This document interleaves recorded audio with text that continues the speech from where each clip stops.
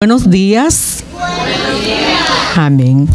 Para mí en esta mañana es un grato placer venir desde mi país a compartir un poquito de la palabra de Dios, a recordar algo, porque la misma palabra de Dios dice que nuevas son cada mañana su palabra. Y es esta la razón por la cual en esta mañana vamos a compartir un tema que hace un tiempito lo escribí. Es un tema muy importante porque nos va a hablar a nosotros acerca de cosas importantes. En la vida hay muchísimas cosas importantes. Usted y yo tenemos cosas importantes en nuestras vidas. Por ejemplo, me dan un momentito y busco acá.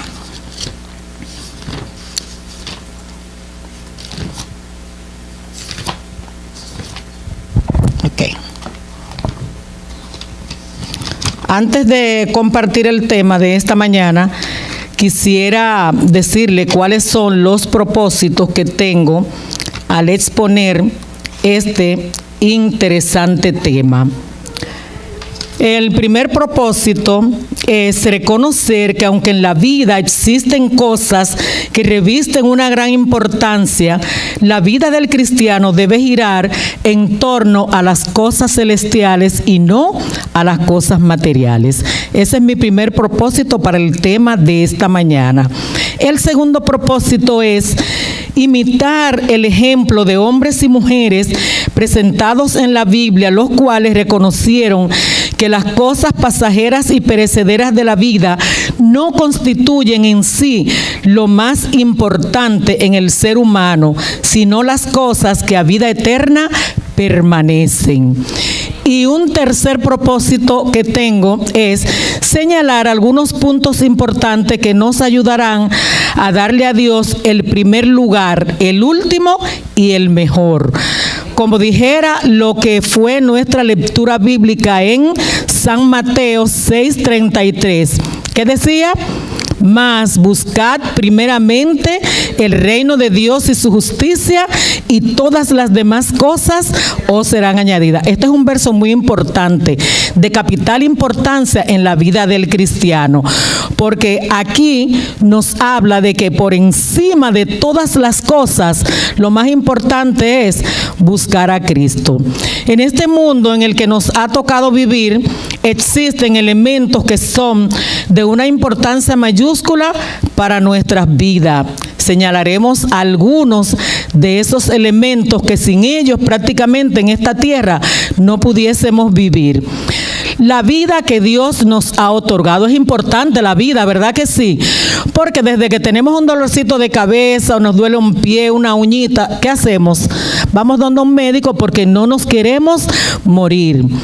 Luego de que el Señor nos oferta esta vida, está la elección de una carrera de estudio. Es importante eso, porque todos en mayor o menor grado queremos estudiar y queremos ser alguien y decir yo soy. Eso es muy importante. Luego de que nos recibimos de una determinada carrera, entonces procuramos conseguir un trabajo remunerativo para ver el fruto de nuestro sacrificio que hemos hecho en las diferentes universidades. Después que tenemos un trabajo, elegimos nuestro sistema de ahorros para poder hacerle frente al futuro. Y luego de tener nuestro sistema de ahorro, entonces procedemos a la formación de una familia. Con la formación de una familia llegan los hijos y también el gran compromiso de la educación de esos seres que el Señor pone en nuestras manos. Luego tenemos las relaciones interpersonales. Yo soy amiga de, hay un político que tal vez me conoce y tengo ciertas facilidades. Tomamos decisiones a lo largo de nuestras vidas. También cuidamos nuestra salud. Y después que hacemos todo esto, entonces queremos un techo propio para no estar pagando alquiler. ¿Verdad que sí? Porque es muy difícil usted cobrar. En mi país los alquileres son sumamente caros. Ayer yo le decía a mi amiga Fabiola, pero ¿cómo es que aquí un alquiler quizás de un apartamento es 1,000 pesos? En mi país no es así. Si usted no dispone de 10, 15, 20, 25 mil pesos mensual, no puede conseguir algo digno para vivir. Y ya finalmente, cuando estamos establecidos, compramos un automóvil. No es un lujo tener un automóvil, es una necesidad. Todo esto es muy, muy importante. Cuenta una hermosa leyenda que en cierta oportunidad una mujer muy pobre, extremadamente pobre, sin tener el sustento de sus hijos, comenzó a deambular por un sitio cualquiera con un niño muy pequeñito en los brazos. Comenzó a mirar a la derecha y a mirar a la izquierda a ver qué cosa ella podía conseguir para paliar esa situación extrema por la cual estaba pasando. En esta circunstancia pasó frente a la puerta de una caverna. Y desde la caverna escuchó desde su interior una voz muy misteriosa que la invitaba a entrar. Y le decía: entra, toma todo lo que tú quieras, pero acuérdate de lo principal. Y la voz volvía a repetirle: toma todo lo que tú quieras, pero acuérdate de lo principal. Solo tiene 3 minutos para recoger todo lo que tú quieras. Porque una vez que tú salgas de ahí, la puerta se cerrará y será infranqueable. Así es que aprovecha la oportunidad que te doy, pero acuérdate ¿de qué? De lo más importante. Así es que la pobre mujer, muy desesperada, entró a la caverna y cuando comenzó a mirar a su derecha y a su izquierda, vio tesoros preciosos, joyas, piedras, muchas riquezas. Fascinada por el oro y las joyas, puso a su pequeño en el suelo y empezó a juntar ansiosamente todo lo que ella podía, porque tenía ¿cuánto tiempo? 3 minutos. Imagínense ustedes, era como si fuese una competencia. Así es que comenzó a llenar su delantal. Agotados los 3 minutos, la mujer, cargada de oro y piedras preciosas, corrió fuera de la caverna y la puerta se cerró. ¿Pero qué pasó? Se le olvidó el niño que había puesto en el suelo. Así que una vez fuera de la caverna, quiso retornar y entrar, pero la puerta estaba infranqueable, ya no podía entrar. La riqueza le duró poco a esta mujer, pero la desesperación fue para siempre. A veces, hermanos, nosotros somos esta misma mujer. Comenzamos a recoger cosas. Recogemos una carrera, recogemos la novia o el novio, el esposo o la esposa, recogemos la casa, recogemos el automóvil, recogemos las relaciones interpersonales y tantas cosas que nos ofrece este mundo.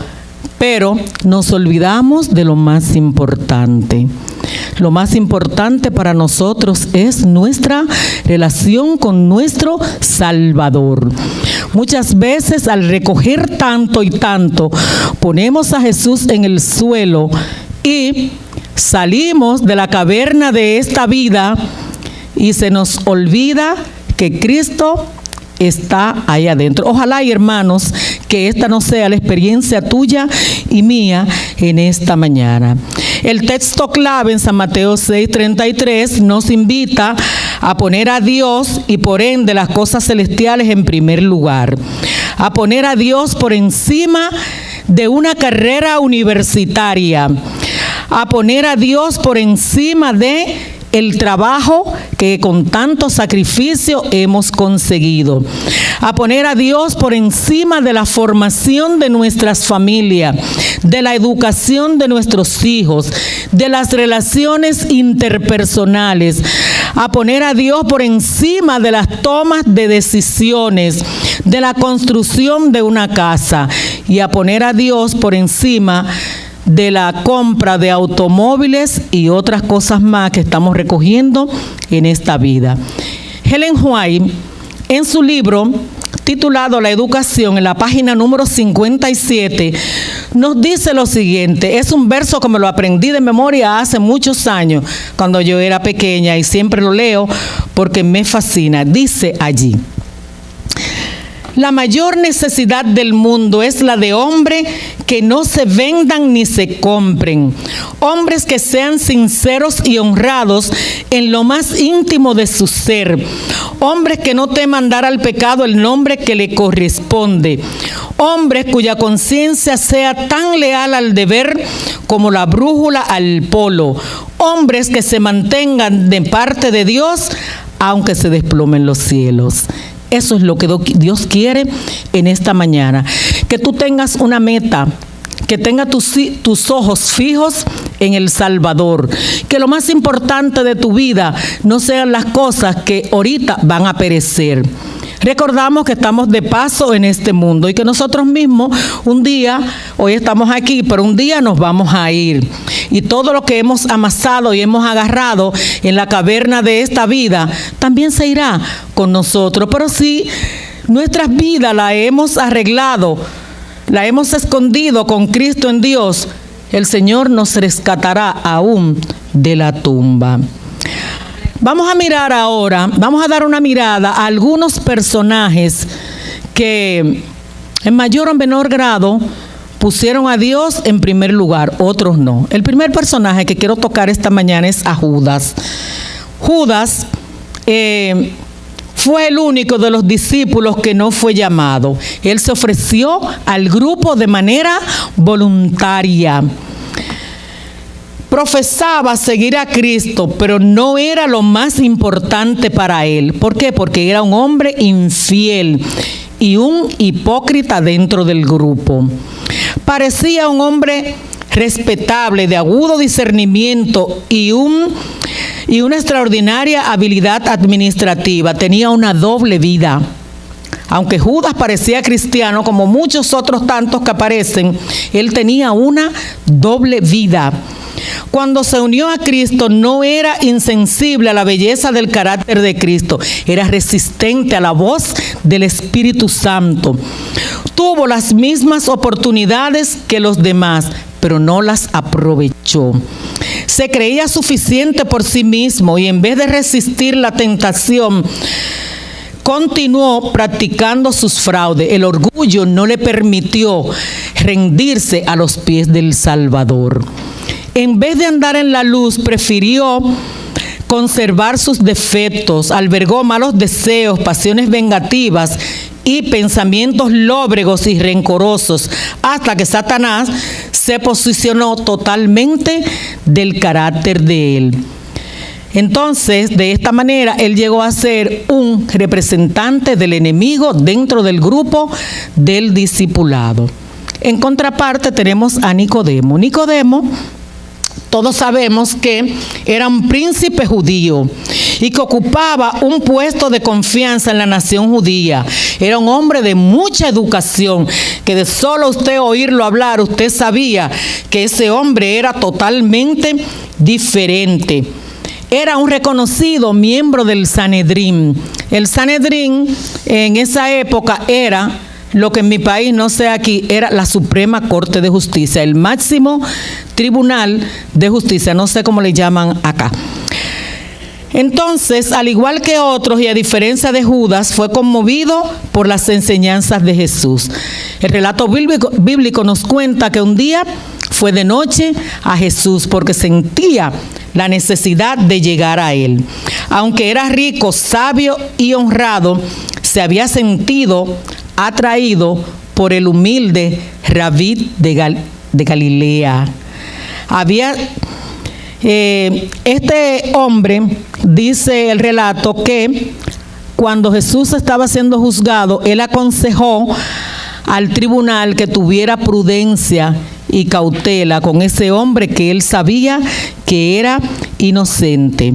En el libro de San Juan, capítulo 3, desde el 1 hasta el 21, nos narra el incidente cuando este hombre vino a Jesús de noche, porque sentía esa necesidad de estar junto a Jesús. Otros personajes que consideraron los negocios de Dios más importantes que las cosas perecederas son también Moisés. Conocemos un poco el relato de Moisés. A Moisés le correspondía un puesto de alta alcurnia, porque como quiera y como venga, fue criado por el faraón. Se crió en un sitio donde si él hubiera seguido los lineamientos de esa familia que lo crió, Moisés hubiera sido un faraón, porque para esto se estaba proyectando. Sin embargo, dice el relato bíblico que él prefirió sufrir con el pueblo de Dios antes de llamarse hijo de la hija de Faraón. Moisés conoció que era lo más importante, que lo más importante no era la fama y el título.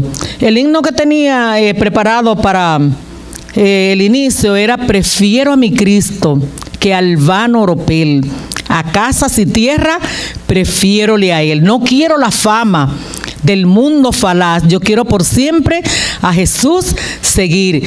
Y esta fue la visión que tuvo este muchacho Moisés. Despreció todo lo que la vida egipcia le ofrecía y prefirió sufrir. Nosotros no nos imaginamos, sabemos el relato, pero no nos imaginamos lo grande que es luchar con un pueblo rebelde, un pueblo que toda vez quería seguirle, llevarle la contraria. Tenemos también una muchacha en la Biblia que, aunque de una estirpe muy humilde, criada por un pariente que la Biblia ni siquiera especifica bien, creo que era un primo, Mardoqueo, me refiero a Esther, esta muchacha sacada de quizás esa urbe, ese lugar de donde ella vivía, vino directamente al palacio, y sabemos por la historia que ella buscó el perdón de la vida de los de su pueblo antes que procurar la corona. Pero ¿saben qué, queridos hermanos? Dios no es loco y Dios no se queda con lo de nadie. Si tú y yo somos fieles, el Señor nos va a llevar a nosotros a sitios donde jamás hemos pensado, y un día nos reuniremos en las mansiones celestiales. También tenemos a Salomón, que siendo un muchacho de aproximadamente unos 17 años, cayó en el trono, que era una razón suficiente para envanecerse, para enorgullecerse de que yo soy el rey de este pueblo tan importante. Sin embargo, él buscó la sabiduría según Dios para poder gobernar su nación, para poder llevar a cabo el propósito que Dios le había encomendado. Cuando Dios se le apareció a él y le dijo: mira, Salomón, pide lo que tú quieras. Quizás Salomón pudo haber dicho: bueno, dame una mansión, dame el último vehículo del año que ha salido, dame las relaciones del mundo, dame todos los títulos. Pero él vio que todo esto es falacia y que nada de esto lo iba a llevar al reino de los cielos.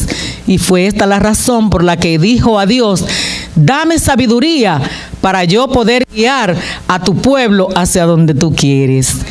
En esta mañana es necesario, hermano, que nosotros también, al igual que Moisés, al igual que Esther, al igual que Salomón y que Daniel, que lo tocaré en un momentito, nosotros pongamos a Dios por encima de todas esas cosas.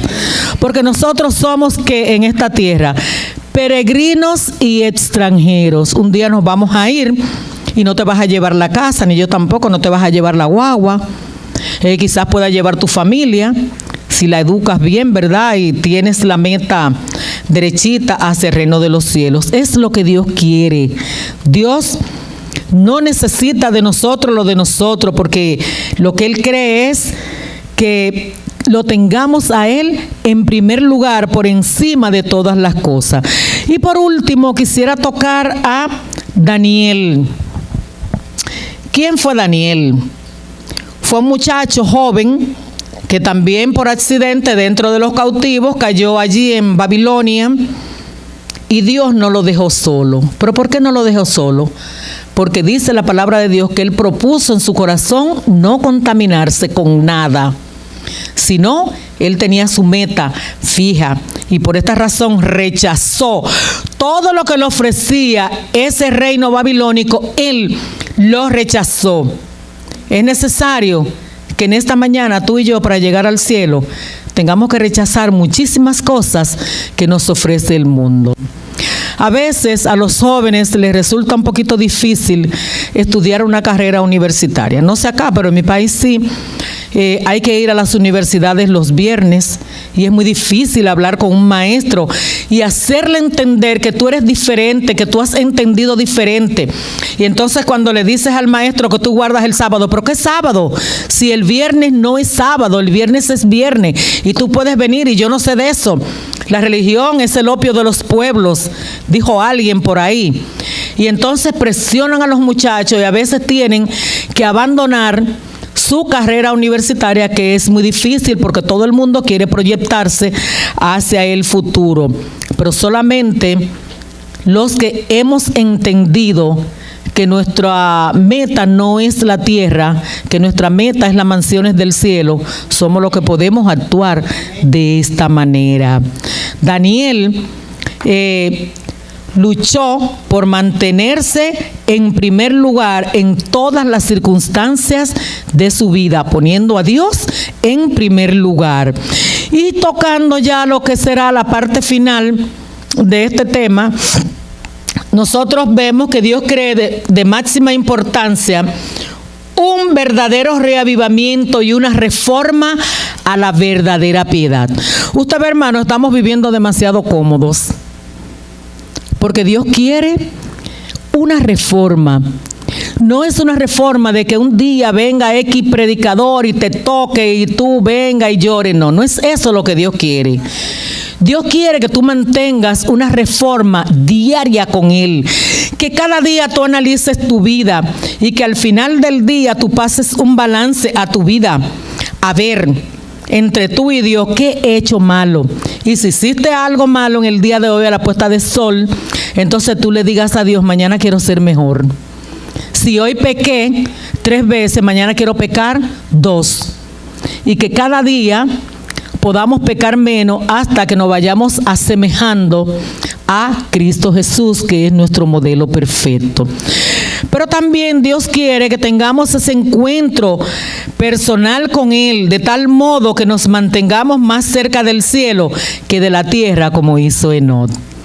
Recuerdan que Enoc salió a caminar y dice la Biblia que caminó 300 años con Dios y que ya un día Dios vio que estaba más cerca del cielo que de la tierra y por lo tanto decidió llevárselo.